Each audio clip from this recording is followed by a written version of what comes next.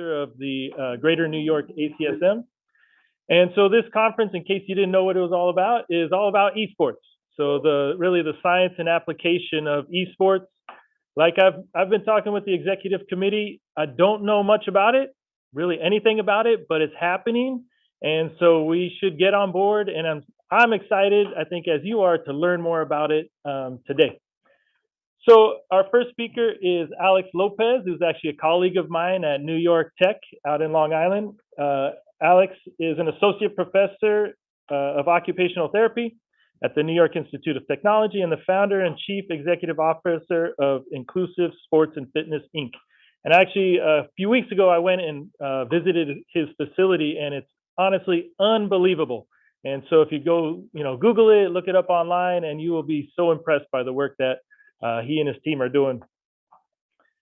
The ISF is a community-based organization designed to provide innovative state-of-the-art occupational therapy in partnership with New York Tech. In 2022, New York Tech and ISF formalized their partnership to provide opportunities for research, innovation, and service.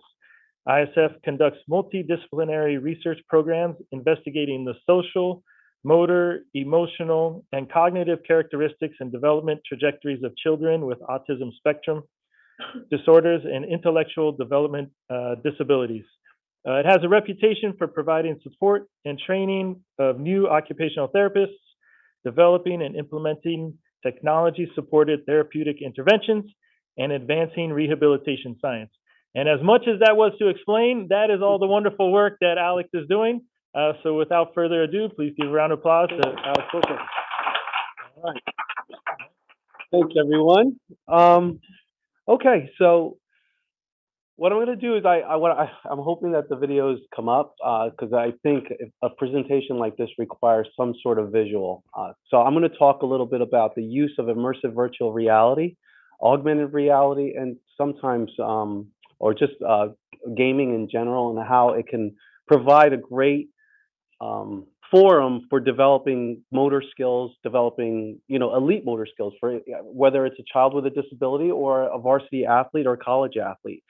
Some of the things that we can do with virtual reality can really hone in on some of those subtle skills that people are trying to kind of further develop, like timing, and one thing in particular, reaction timing, but also anticipatory timing.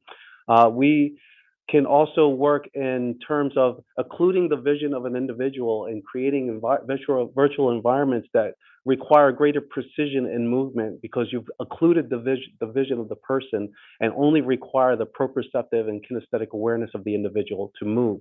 So it really is a valuable tool so that people could use to really enhance their their sixth sense, their proprioceptive awareness and kinesthetic awareness. So I'll going to share that with you.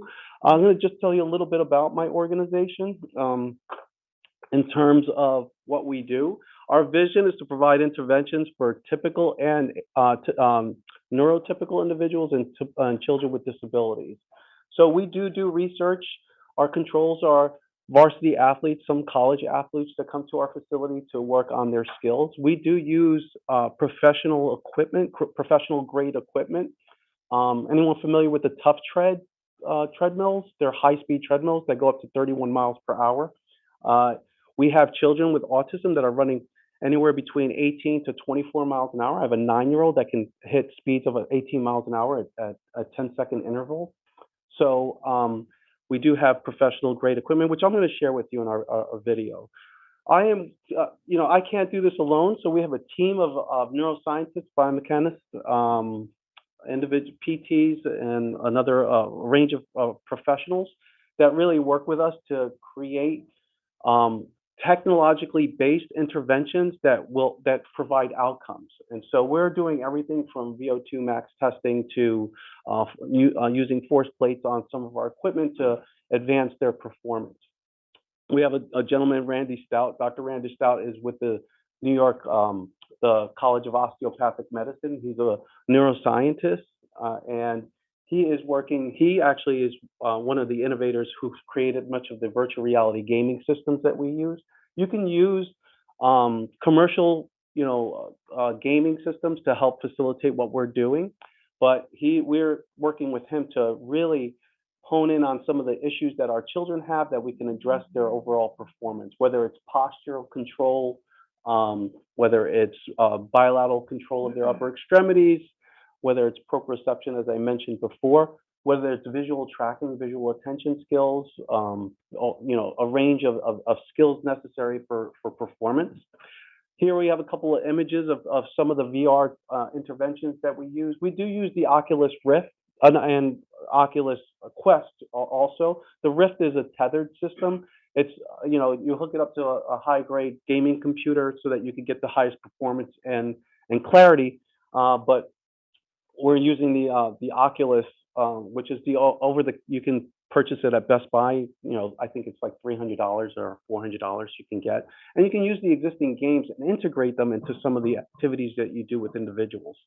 So here I have a treadmill that, and I'll show you, I think I have some videos with it, but the picture on the left just shows a treadmill that I had designed a few years ago. It's a double wide treadmill. It's about 10 feet by 6 feet wide. It provides a double harness system so that individuals can do it. It's a social treadmill, so people run on it together at the same speed. We usually have kids with autism spectrum disorder running with a mentor. The mentor is usually an elite runner that's kind of modeling the behavior we want to see in our kids with autism. And the child with autism sort of looks up to the mentor and wants to do what the other child is doing, so they keep up at speeds that they would normally not tolerate under any other circumstance. So it's a treadmill that's designed so it's social based. It also has bounce back walls in the front and back, so we can play soccer on it. So that is from motor learning theories, where we want to advance motor performance. Children are they're often clumsy, they lack stability and postural control, and they lack difficulty in motor planning. So our children will not execute a movement continuously. This treadmill forces them to move continuously while they're kicking a ball. So most of the time, a kid will walk up to a ball with autism or other developmental coordination disorders, and they'll walk and they'll look at it and they'll kick it because they can't synchronize that movement, could create a movement that requires multiple steps working simultaneously. The treadmill continuously moves, hits the wall, comes back, the treadmill brings the ball back to them, so they are forced to kick the ball while they're running at the same time, which is working on a higher order learning skill when you go from single step movements to continuous movements, which helps with their performance overall. So that's it has multiple applications. Another application that it has is that it allows us to integrate immersive virtual reality into the treadmill system. So now we've created games that are built specifically for this particular treadmill and can be used on other treadmills as well, as long as there's a harness system on them. So, and right now we're also developing, Oculus just came out, or Meta, I should say, just came out with a new headset, virtual reality, the Pro, which has pass-through mode, and it's really nice. The Oculus Quest has pass-through mode, but it's really grainy, black and white, like back in the day when I was growing up, the televisions that had the dial when you turned it, right? We used to have grainy pictures, black and white pictures. You guys don't know what I'm talking about, but all right, thank you. No, that's, but the new Oculus Pro, the new headset has pass-through mode that's color, and it has clarity in it. It's beautiful. It's a little more pricey. It's about $1,500 now. It was first. The promotions for it were for designers, but you can get access to it now at this point. But one of the things we're doing with the Pro and with the Quest is designing a virtual reality virtual context on our climbing wall. So we have a tread wall system. So the tread wall is essentially a treadmill that moves continuously as you climb. So your weight forces the wall to continuously move. Excuse me, sorry about that. And we're creating a rock face that they see as they're climbing. And then we're working on sometimes they have issues with gravitational insecurity, like they're afraid of different heights, And so we can create environments that look like they're scaling a really tall wall, a high mountain rather, and increase the heights for them so that they can improve reduce their anxieties and improve their overall performance in different contexts. So we're doing some really cool stuff with it. So immersive virtual reality gaming systems are designed to kind of trick the brain into, anyone raise your hand if you've done it. Not many of you, huh? Next time I do something like this, I'm gonna have to bring in a bunch of headsets. But when you're in this immersive, when you're immersed in this world, you really lose like your own sense of being in a real world. People often get what we refer to as VR sickness because we're confusing their visual systems with their body systems, and integrating them into this animated world. And people actually get nauseous. If your ocular motor system is confused and your vestibular system often become confused, and you start getting a little dizzy and nauseous. So it really is, mind blowing what it can do to you and trick your mind. How we use it? We use it, and this is true for any athlete. Athletes are not just physical beings; they're mental beings, right? And so we use it to train both their physical performance and their their cognitive performance. I have some videos that demonstrate that. We casted some of the videos that we saw, what we had the children running in the gaming systems to demonstrate that. Our interventions facilitate detection and response skills. So how people notice and respond to their cues within their environment, just like every other athlete. An elite athlete anticipates what the opponent is going to do before they do it, right? They got the jump on them based on various cues, whether it's weight transfer, force transfer, eye movements, gestures, facial gestures. They notice and respond to changes in their environment. We can create environments that change small details that they have to identify, and that'll increase their sense of acuity in their environment. And we can also, with the Oculus, we can actually track how fast the eyes move. We can track cicadas. We can track eye movement, ocular motor movement, whether it's up, down, or side, how quickly they responded and saw the issue. So we actually are, one other study we're currently doing is using a right eye system, which measures your visual timing and processing. And we're going to be able to measure how quickly somebody visually attends to some sort of task, and whether we can improve those skills so that they're better on the field, right? We do it with our children in particular so that we can improve their overall attention skills and reduce their impulsivity, right? So we can work on skills just for maintaining their composure in any kind of environment. And then it's a lot of the skills are essential for working memory skills. So athletes, and our children in particular, have difficulty with short-term memory, attention skills, divided attention to selective attention skills. And so we can further develop those skills by using cognitive tasks built into the virtual reality gaming. So our objectives are habilitation in nature for our children. Our children are learning new skills. They're kids that never played sports before. They don't go on play dates. They don't have sleepovers. They're really socially isolated. Our goal is to reduce that marginalization and alienation that they feel because of their disabilities, and get them engaged in activities and getting them to learn how to move. So most of our kids have potential. I have a child who never ran before in our program. He was 12 years old, and his father was a little upset that he wasn't engaged in any sports activities. He's level 2 autism spectrum disorder client, and his sister was a varsity swimmer, so they went all to swim meets and always traveled the country for swim meets and everything. And this child would just sit on the sideline playing his iPad. He became a little overweight because he was not engaged in activities. And his father was just like, what can you do? And, not many of our kids have the coordination skills to kind of do a lot of stuff with their bodies. They don't have the motor planning skills. We refer to it as praxis. They have dyspraxia, and that's your ability to motor plan and execute a particular movement. And so running is an obvious, skill that they have, but many of them don't have that fundamental skill for running. They have poor postural control. They're a little erratic. They have poor vestibular discrimination. Sometimes they have poor reflex inhibition, right? So their reflexes that they had in the first 6 months of their lives don't really become integrated. So that's why they look so awkward when they're running and moving. That's why they look so clumsy when they're moving.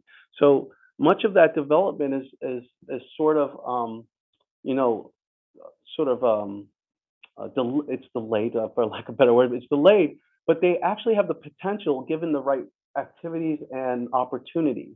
Development is all we refer to development as, experience expected, right? It's dependent on the context that you live in that really develops your abilities, right? And so our children might be delayed, but given the right opportunities, we put them on a high-speed running program. The high-speed training program had a protocol of running anywhere between 8 miles an hour to 12 miles an hour, and with inclines of maybe up to 30% on our treadmill. And he gradually improved his skill, and within 1 year, he was running a 520 mile. And by his 15th year, he was 13 in 2 years, he was one of the top 7 runners on his varsity team. With having very limited speaking abilities, very little social abilities, he became very popular in school, as we refer to as Fast Eddie. And so given the right opportunities, a combination of multisensory interventions that help teach him how to use his body effectively, and a little bit of the VR really helped him, learn a little bit more about his body and how he could use his body effectively. So we can design gaming systems to help people use their bodies and understand their bodies with greater degree of accuracy. So these are this is just Exergaming is really awesome for kids with autism because they love playing games. They're on their iPads all the time and just love playing on an iPad, and so they get immersed in that. This is an Xbox bike. It's a recumbent bike that the controllers are hooked up to the bike, and they can't play the game unless they're pedaling. So it forces them to pedal, and if they stop pedaling, the game shuts off. So you can't play anymore, right?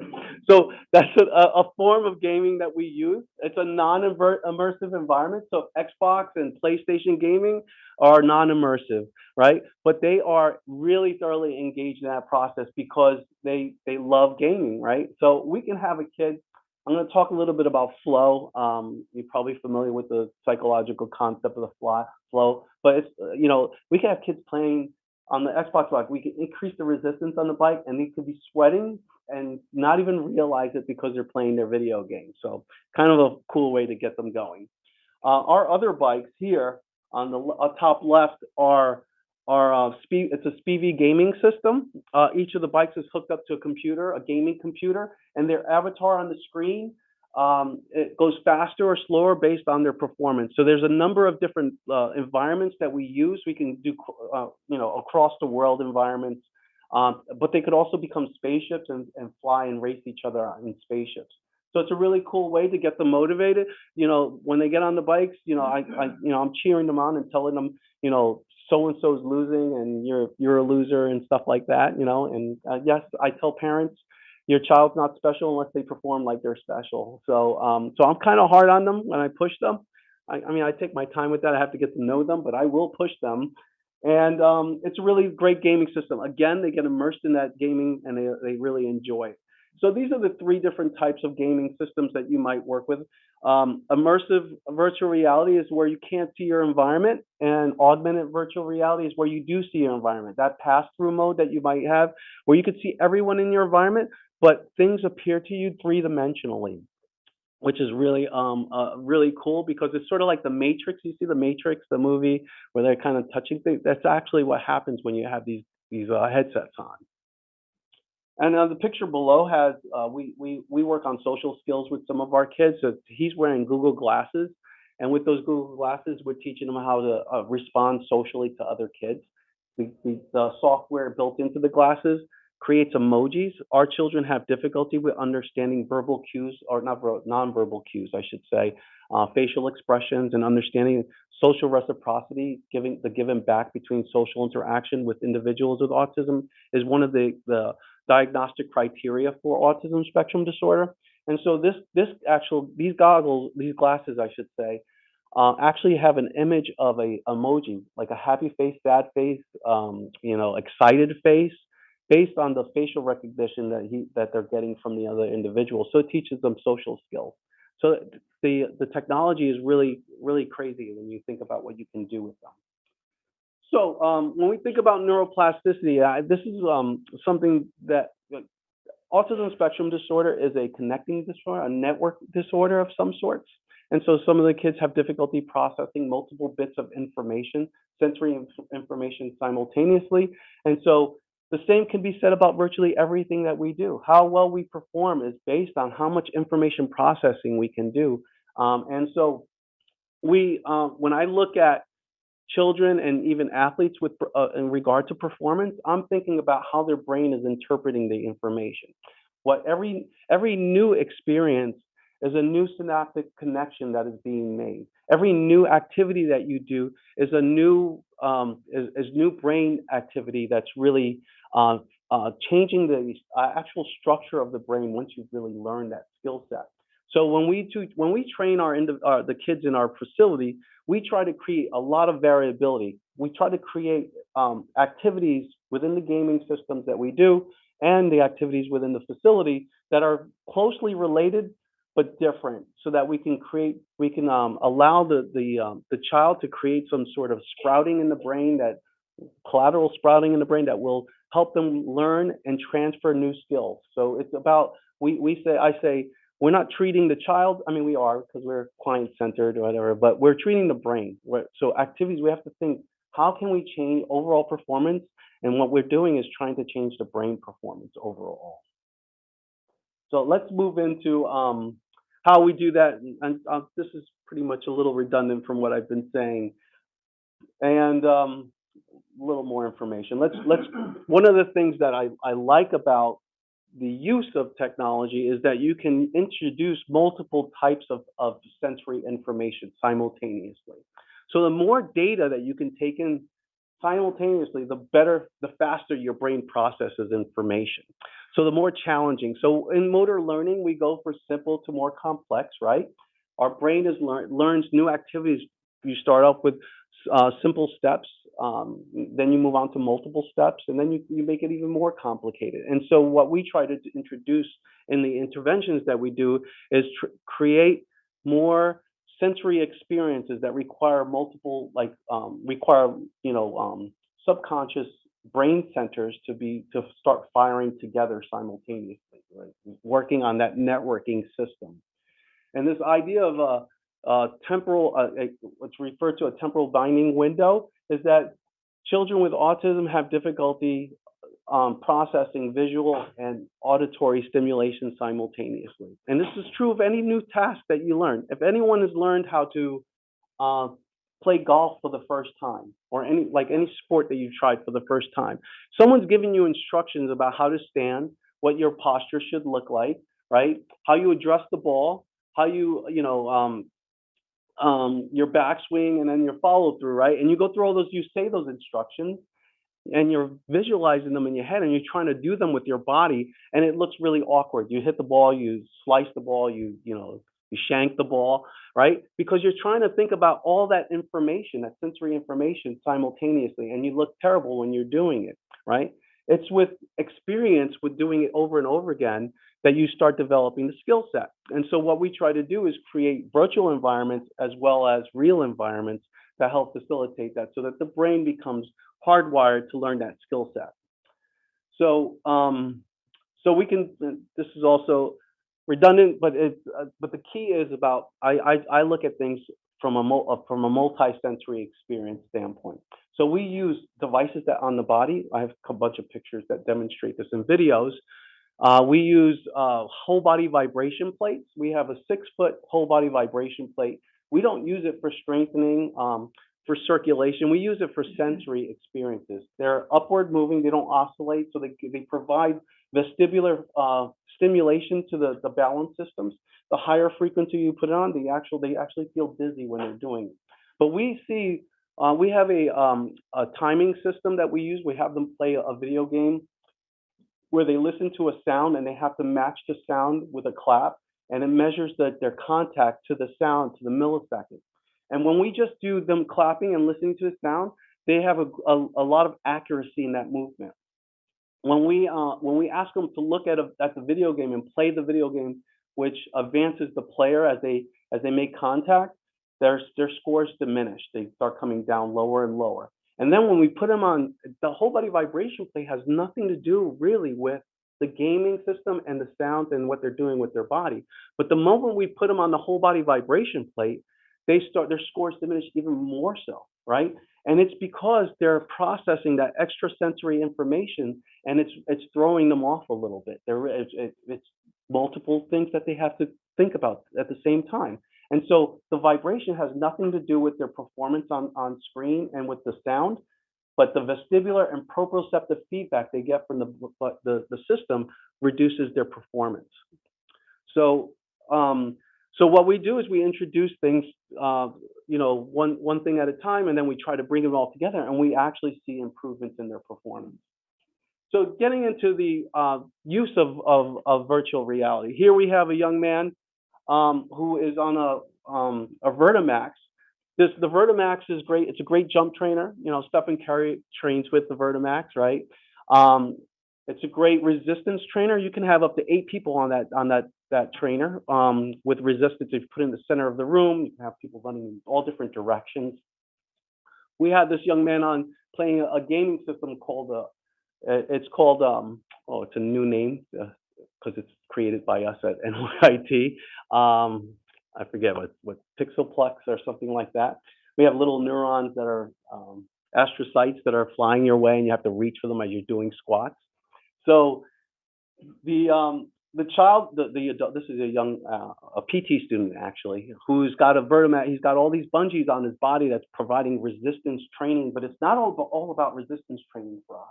We're trying to create proprioceptive training. We're trying to create forces on the body so that they understand how their body feels in space, right? And they're playing this game. So hopefully this works, but this is what the game looks like when you're immersed in the world. So what you have to do is, it's sort of like the hole in the wall game show. Like you go kind of like this, and you're trying to fit into the hole. So what you have to do is squat down without looking down. You lose points if you look down. So we've had several iterations of this game so that we could get the right squatting posture in the individual. And so the blue square on the side means that you have to hold your arm out while you're doing a squat. Right? You have your arm up both ways. If you miss it, you lose a point. If you don't go low enough, you lose a point. So what's really great is that our children will start playing this game, and I ask them to do a squat, and they'll go like this, right? They really don't know how to do a squat. That's one of the problems. But if I ask them to do a squat playing the game, they go all the way down. You can't see me. They go all the way down, right? They come all the way down, and they're looking forward when they're doing it. And this game is actually asking them to come all the way down and reach for those little astrocytes, right? It's a dynamic game. So we start out with just doing squats, then we advance to reaching for objects as they're doing squats. And here they're starting to develop better body awareness when they're doing that. Think about it like if you have we were working with a company called Neuropack, which designs proprioceptive equipment to help people understand how they move. And one of the reasons why they use that equipment is so that soldiers or warfighters, if they're in a dark room working and they have to rely heavily on their sensory systems to reach for a weapon and respond to something in the environment. And so it's low vision. So when you're training with these objects and you're putting these devices on your arms, you're requiring more of your body senses to respond to the environmental changes. Like a football player doesn't have to think, it's habituated, right? They start to use their body. Once they've learned a motor program of some sort, they've habituated that movement, and they can respond without thinking. Ultimately, that's what we want to get out of our children. We want them to be able to move without thinking about the movement, habituate that movement pattern, develop that motor program that can be transferred to other things.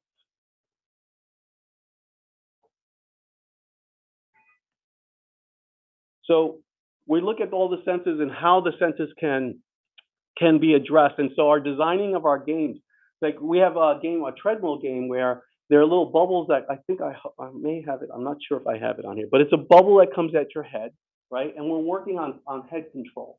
Our kids don't have a lot of head control. They kind of move a little erratically with their movement. And think about when you're riding a bike, you turn your head, your bike turns, right? When you're driving your car, you turn your head, your car turns, right? So your body moves with your head.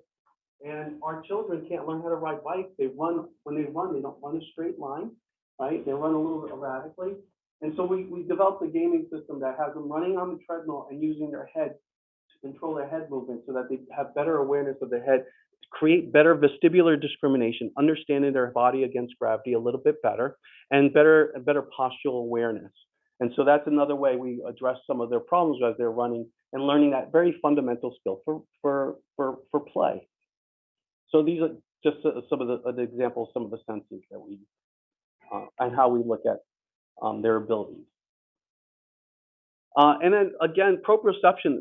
What's really great about the use of immersive virtual reality is that you're only relying. When we do proprioceptive testing, we ask somebody to look out to the side and tell them where's your arm now. Like if you have a stroke patient, you're moving through various patterns of movement, and you ask them, can you tell me where your arm is? You may ask them to imitate movements, right? When you have those goggles on and you're looking at an object and you have to hit a target of some sort, our kids have difficulty. They don't see their hands. They rely heavily on their visual system to compensate for the lack of body control, right? So the kids will start to miss targets. They'll overshoot, undershoot. What's really great about the technology is that we can measure how far they overshoot, how much they undershoot. We can measure. This is a great device for actually coming up with data on performance. Like when you say somebody has poor proprioceptive awareness, that's not an objective measure of performance. We're able to say, not just that they hit the target, but we can say they missed the target by 3 millimeters, 10 millimeters, something like that. We can do it with a greater degree of exactitude.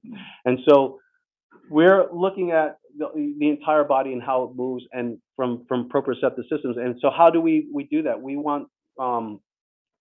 use bungees, we use ACE wrap sometimes on their body. We'll put weights on them just to help them create better awareness and using their somatosensory systems. So the one thing that's also really great about it is because you don't want to train somebody to just understand their body and movement. You also want to train their brain and how to respond to their environment, right? So we're working on self-awareness, but also environmental awareness with the technology. So from sensory process perspective, sensory processing is like the lower order of information processing. You're processing data bits, like they're not necessarily, whole things that you remember. And then you process them and you make and you perceive them, right? Your perceptual systems start to understand what they are. And then you put it all together with your executive functioning systems, your higher order learning systems. So you plan, exercise, and understand. So some of the benefits of using it, I talked about how the kids, so the kids would do, I didn't even finish what I was saying. I said, they're thrown off, I guess, when I was doing squats. So anyway, I'll have kids do 10 squats and they'll do 10 really poor squats. When I play that game, I have a kid that has a score of 150 squats. And his shirt was drenched, sweaty, nasty, stinky. And when he was done, I was like, how did that feel? He's like, that was so much fun, right? And then the next day, his mom was like, his legs were killing him the next day. Don't make him play so hard. So, but they get so immersed in that. And so what we want to do in our speed training that we do with our treadmills and with the headsets on and our exercise that we do, we want to get their blood flowing, right? We want perfusion. We want neurochemical changes in the brain. We want increased elevation of hormones within the brain that's going to facilitate learning of their, and expansion of skills. And again, this is true of all athletes, right? Good athletes. That's why athletes are that's why we have scholar athletes, right? They're able to multitask. They're able to do exceptionally well in school. They're straight A students. And, you wonder how and why. Part of it has to do with their activity levels and that they've created not just fitness within their body, but fitness within their brain. And so the more we can get kids moving, the better they can perform, not just within the context of sports or just recreational play. We can get them performing better in the classroom.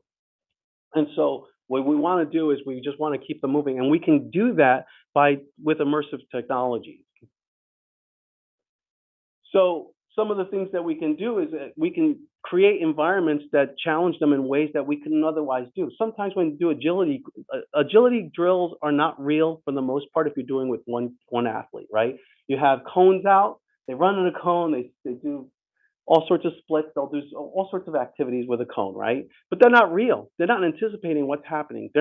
Balls are not being thrown at them and they're not responding to that. With immersive virtual reality, you can change that context and make it dynamic all the time. Dynamic activities are what really change brain performance, right? And then those things, it's not really, you think about transferring skills, right? Running to a cone is not really going to be something that you can transfer onto the field. So when you create a virtual reality world where you can change things and within a similar context, it might be more transferable. Might be. I'm not saying that it is all the time, but you might be training the brain to respond a particular way. So you can work on all sorts of things from a sensory motor performance perspective. From a social interactional perspective, we can have kids play the game. So that treadmill that I have that has 2 people on it at the same time can be playing the same game. They can compete with each other. They can see each other. They can see their avatars on, as well. So it's really a dynamic gaming system that you can do with them. It works on emotional performance. We have gaming. We do aversion activities. One of our kids was afraid of crowds and didn't want to do cross country because he didn't want to be around a bunch of kids, right? So we introduced them to subway systems that were crowded. We started with a little bit of people and then more people and made him a little bit more comfortable with it to reduce his anxiety. We set him up with some biofeedback machines to work on heart rate variability, reducing his respiratory rate, and developing skills for dealing with that. So in an immersive world, we can deal with those kinds of issues as well. And then attention skills and working on the various types of attention skills, right? Very selective attention skills, divided attention skills, being able to filter out extraneous information and being able to understand what you need to do. So like what you focus on what you need to know. So working on motor agility. So we have individuals that are climbing a wall and can't see anything around them other than a rock face. Now they're really focused on what they're doing. And we can work on agility training, change of direction training, and then on a climbing wall, they have to identify which handholds that they can reach and identify. So it really works on, skill sets that they wouldn't have to rely on. And they're doing it on the climbing wall, which makes it a little bit more nerve-wracking for them because you're about 2.5 feet off the floor, so it's not really a big fall. But that taps into some of their anxiety as well. So many of the things, the perceptual cognitive abilities, visual scanning, anticipation, situational knowledge, inhibition, decision making, accuracy, and reaction time. And anticipatory timing is another thing. So with the cowbell sound, we're integrating sounds into the virtual reality so that when they're playing the game, they're working on rhythm patterning so that they know I have to reach at this precise time and come back and bring it to my body. So that anticipatory timing is that timing necessary for understanding what the next step is, what you're going to do next, what the opponent might be doing next. So here's a treadmill, and here we have the neural pack on the individual. So this is a multisensory approach, or sometimes some researchers will refer to it as a multimodal approach, where we have the neural pack with a bungee system on their hands. We might put weights, simple wrist weights or ankle weights on the individual. And here they're playing the game with the bounce back wall. We've since changed the bounce back wall. Now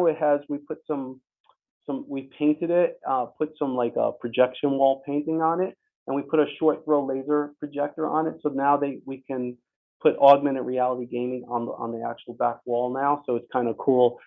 It also allows them to watch movies and kind of watch the Disney Channel sometimes, so they want to do something like that.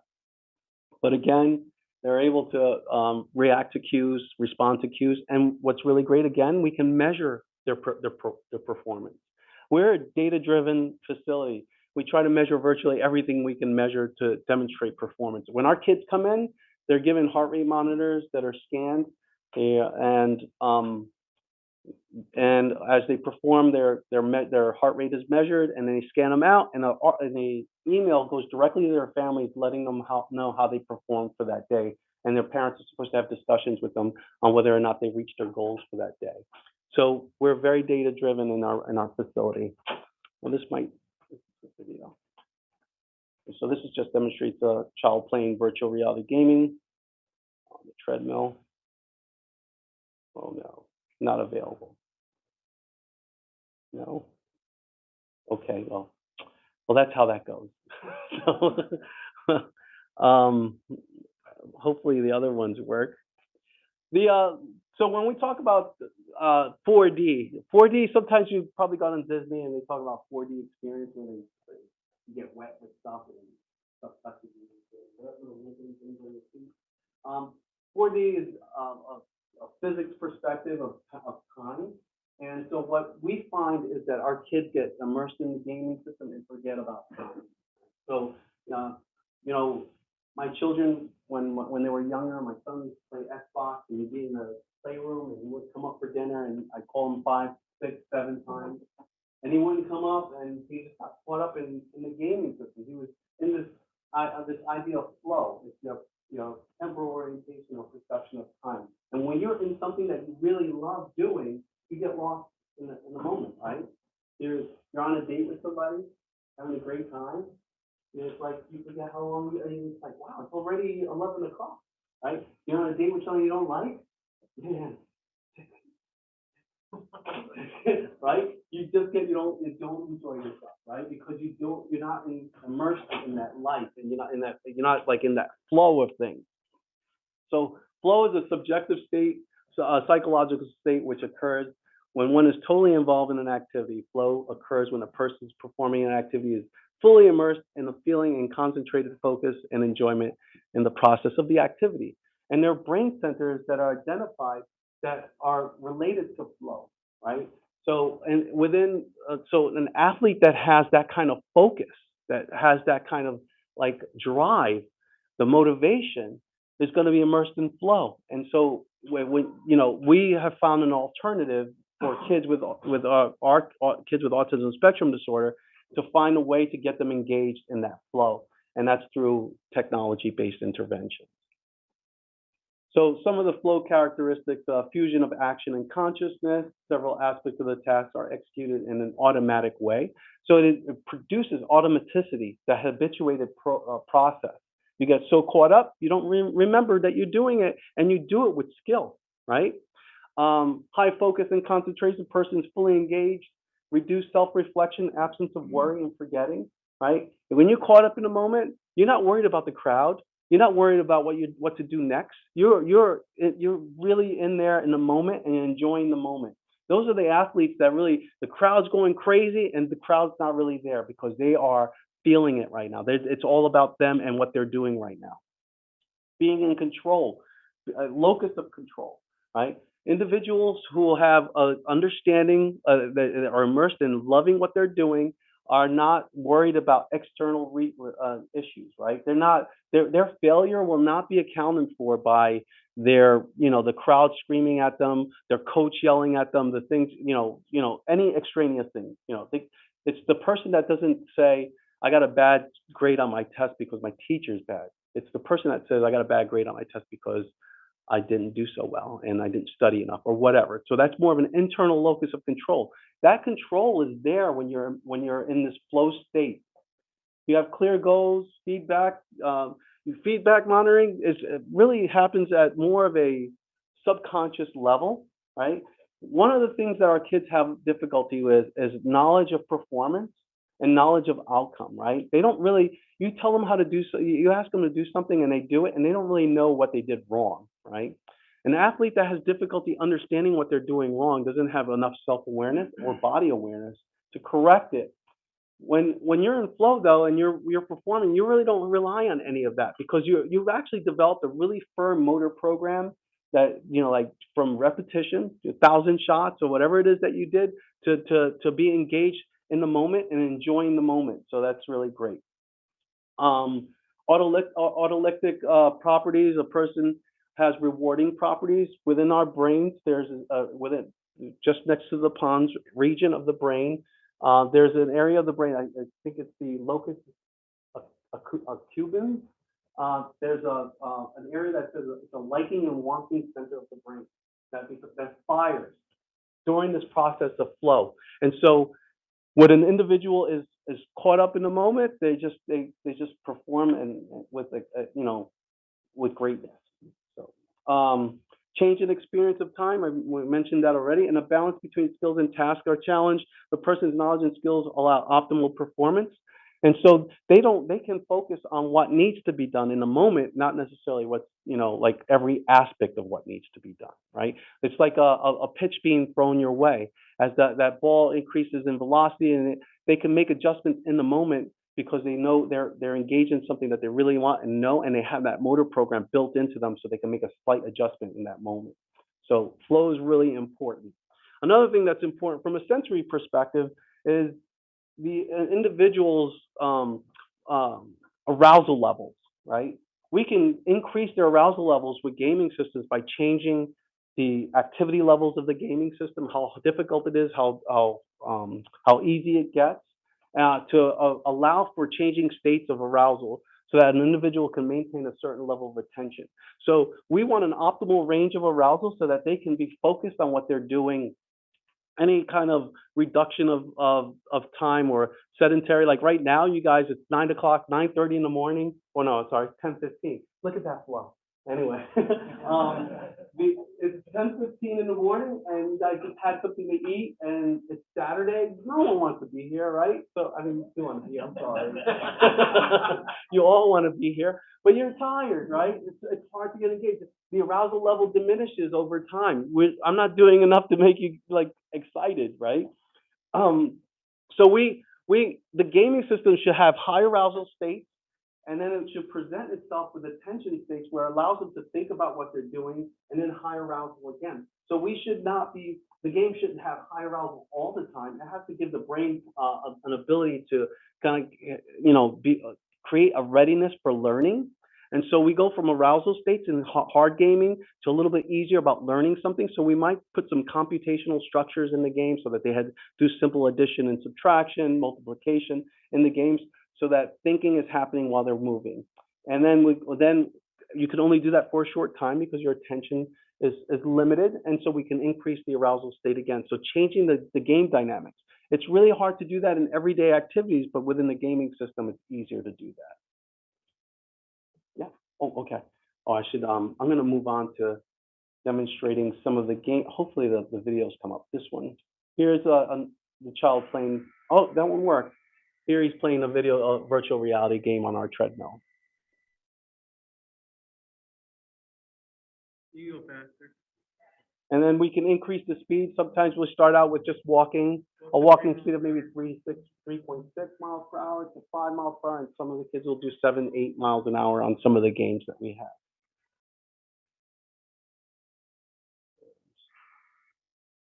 Here's another game where we're working on the squatting. And here we're changing some of the dynamics where the floor has some variability to it. What's that? Yeah. So it's forcing him because he has to go through the hole. That's why it's I only have 5 minutes, so I'm going to try to get through these games. Here he's playing the game on the whole body vibration plate, giving him some extrasensory information. We have a 6'1". Here he's playing this game right here, where he's reaching. This is our high-speed treadmill, and this is what he's looking at while he's playing the game. Forward. And here, this game is great because you don't really need the controllers in your hand. You can see your hands while you're doing it.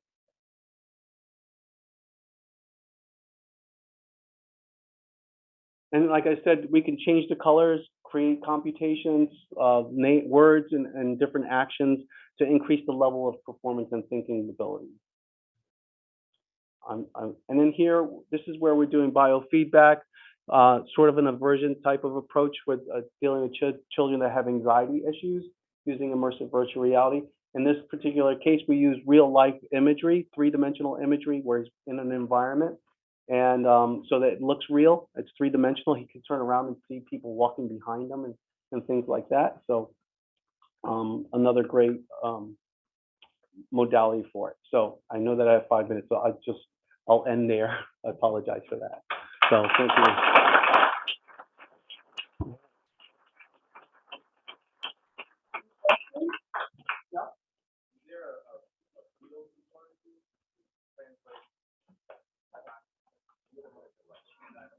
Yeah. Hand-eye coordination. You can also we just ordered sensors for the whole body. So we have sensors for the ankles, knees, hips, elbows, and wrists that you'll be able to translate all types of movement, all types of movement.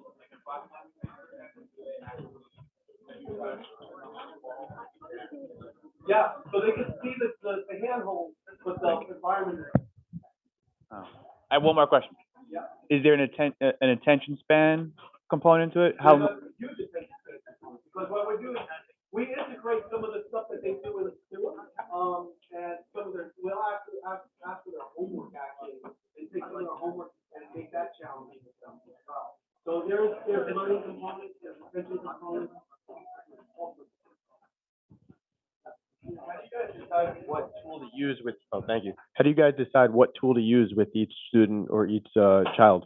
Well, we do comprehensive assessments on them to identify what their areas of growth are and determine like a treatment plan. Right. You can ask me. I'll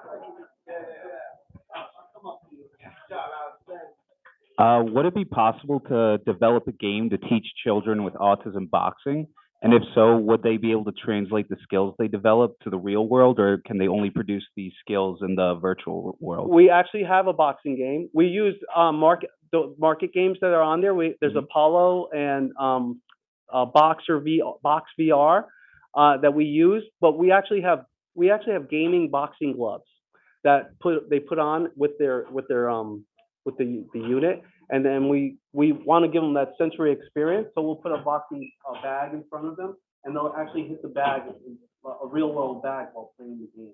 Okay, and if, like, let's say they get into a real world situation where they would need to use it, would that fight or flight response bring out their dyspraxia? That might do it if they don't have enough training. It's just like virtually anything else. But there's also this fight, flight, and freeze too. Some of our kids will not respond; they'll just freeze in some certain circumstances. But if you train them enough to give them if they could get into that flow of things and learn that motor program, they might be able to translate it into action. I think there's a point where you have to put them in a boxing gym with other kids. Okay. All right. Thank you very much.